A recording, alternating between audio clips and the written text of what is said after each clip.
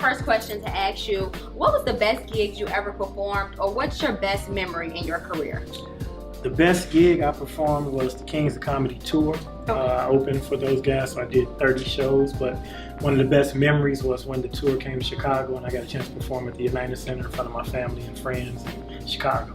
So what part in your career did you do that tour? Did your career take off after that?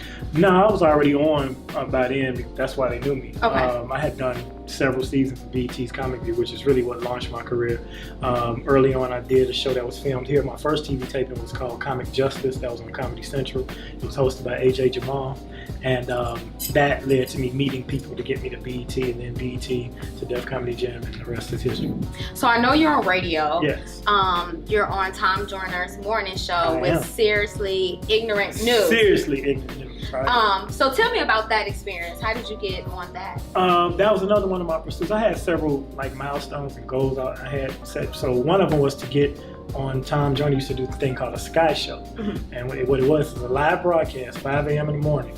But while you're performing, it's going out live on the radio. So I wanted to get on that. I ended up going to several of them before I initially landed one. Then I wanted to get on his cruise. So I got on this cruise. And after I got on this cruise, I'm like, well, now I want to get on his show. And Cheryl Underwood was on his show, and she left and jumped ship and actually went to Steve Harvey.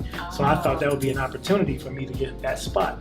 Well, I didn't know they had already signed Dominique for that spot, but I pitched an idea if I could do a feature about obscure stories that are not really covered on the internet and things of that nature, And they said, well, if you could stick to Stupid Criminals, then we got something. And that's where Seriously Ignorant News came from. Is that part of your stand-up comedy as well? I'm starting to incorporate it now because I have tags when I do the report. I'll say as serious as. So an example might be like as serious as Vivica Fox at a salad bar. And the reason why I say that because she talks that salad. But something, whatever's relevant to the news, kind of current and topical, I throw it in my seriousness. I mean, Tom's contract is up at the end of 2017. And there's rumblings that, they might want to go in a younger direction. But you can't have the Tom Joyner Morning Show without Tom Joyner. Right, that's true. And there's nobody that's been in place that's like could transition into that spot and hold down all those markets. So I don't see it being a smart idea. I think Tom Joyner will be doing the show as long as he wants to. So how did you get started in your career? If you weren't the class clown, how did you get started in comedy? Well, I've always had an affinity for comedy. I've always loved comedy. Even as a child, I would stay up late and watch, the Tonight Show for old comedians like Bob Hope and, we're going way back when I was a kid. Bill Cosby, whenever somebody in comedy come on. Then Richard Pryor, of course, entered our home through albums back in the day. My mother had Richard Pryor albums. But when I saw Eddie Murphy's Delirious, that was the first comic I really saw visually because, Richard Pryor, like I say, all of his stuff was basically audio. When you saw Eddie and what he did and how he took it to that rock star status, it was bananas. And then that's what I said. I think that's what I do. Now the opportunity came because of Def Comedy Jam. Because I was about to say, was that your first? I know you're a part of Def Comedy, so that was your very first gig, Def Comedy Jam? No, Comic View. Actually, Comedy Central was, but Def Comedy Jam made the opportunity for black comedy to take off.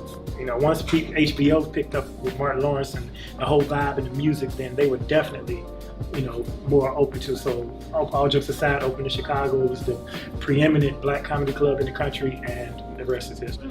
My son is a very active member of two organizations here, Let Us Breathe and Young Black and Powerful, which are two socially active organizations that were really brought about after Mike Brown and Ferguson.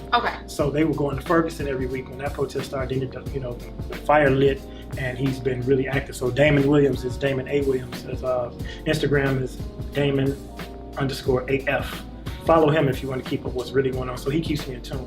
Speaking of the violence in Chicago, we just completed it's being edited now, independent film called Step Off the Block, where I'm trying to get my son, who's actually my son in the movie, is playing my son, away from the streets and talking about the world of stepping. Wow. So his eyes up, so Step Off the Block.